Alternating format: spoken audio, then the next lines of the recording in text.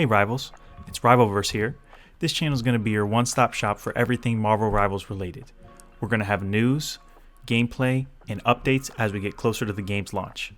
This video specifically is going to be our top 10 characters we hope to see in the game. Most of these are going to be pretty likely to come to the game, but none of them are confirmed yet. So now we'll get right into it. I want to first put a disclaimer out. These are not in any specific order. These are just going to be 10 characters that we want to see in the game. We'll start first with Venom. And our take on Venom is a little bit different. I want to see him in the game, but I want to see him not as a tank like most people would assume. I actually want to see him as a support character. And the reason behind this is I want to see Venom be able to debuff the opponents or buff his allies with the symbiote. Some kind of mechanic to where he can launch the symbiote at his teammates and it will give them increased attack power or heal them over time. I think it'll be a fresh take on the support role in these games and ultimately be a cool use of Venom. Next up on our list is Captain America, who undoubtedly will be coming to the game. We have him on this list because he's not confirmed yet and we haven't seen him in the trailer. Also, we kind of have a different take on him.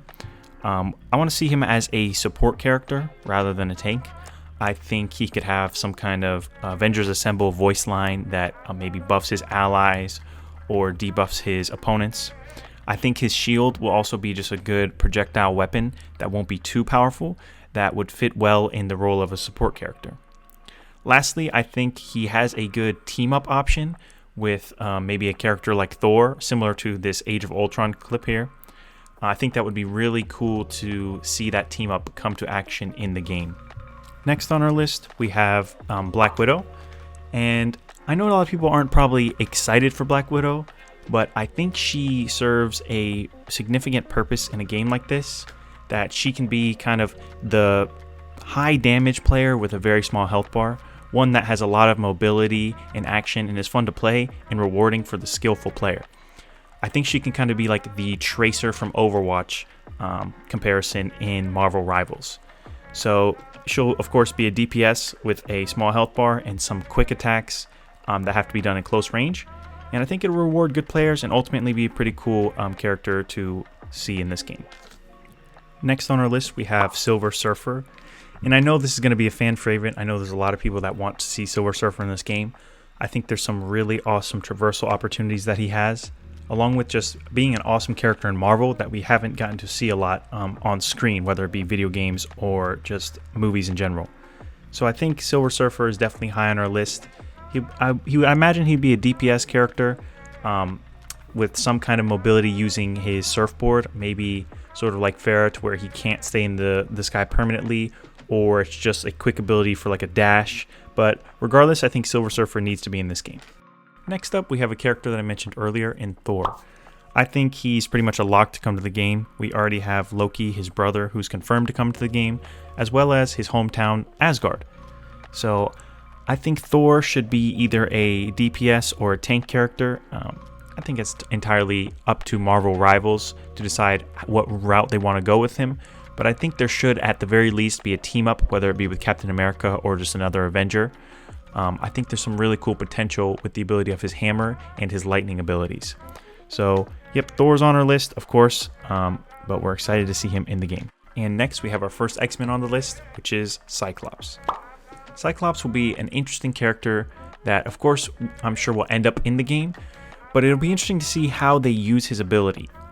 Of course, this is going to be primarily a shooter game, and they don't want to overdo having melee or close range characters, so they'll have to figure out some way to utilize his laser vision in a way that's not overpowered, but doesn't require you to be too close.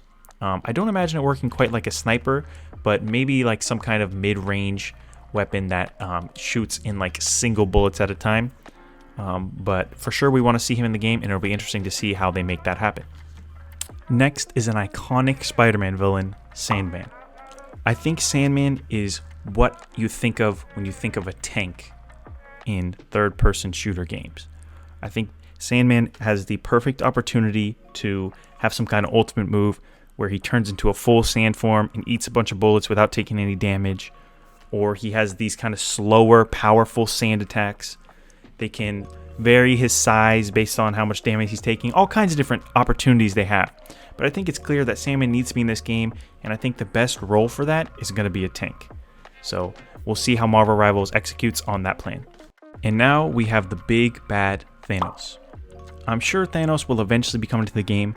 I would guess he's going to come to the game at a later date for some kind of big update. It'll be a big promotional thing. But I think it's important that Thanos really is justified in the way he has immense power and he's a fun character to play with, but he's not too overbearing and too overpowered to where everyone's running him. I think Thanos will be best served as a big tank character, of course, because he's huge. And I also think it'll be very cool to see them utilize the stones for different attacks. For example, he could use the Space Stone to teleport, or he could use the Power Stone as like a big laser coming out of his hand. There's many different options they have for his attack patterns, but I think he will be an awesome character to see in the game one day. And as the 9th character on this list, how can we not include the man himself, Wolverine? Wolverine is the prime example of a DPS character. And I think he's going to be one of the few melee DPS characters that has to be somewhat close range and it'll be very high damage. And the issue with Wolverine is he has the healing factor, and they can't make that too powerful because on a DPS they do very high damage. So if they have a healing factor, it's going to be very difficult to balance that. So I think his healing has to be some kind of side ability that has a cooldown that he can use whenever he's low on health, but only after a certain amount of time. I think the main thing they need to do with Wolverine is make sure the damage reflects just how ferocious and deadly Wolverine can be. So I think if they do him justice in the regard of damage, then they can kind of be a little undertuned in the healing aspect. And last but certainly not least, we have Green Goblin. And I think it's pretty much a lock that Green Goblin will be coming to Marvel Rivals. It's a matter of when and how well are they going to execute his player.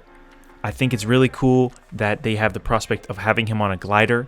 I think it'll be important to have some kind of rechargeable glider to where he can only stay at a certain time in the sky, or the higher he goes, the quicker it uses up the fuel.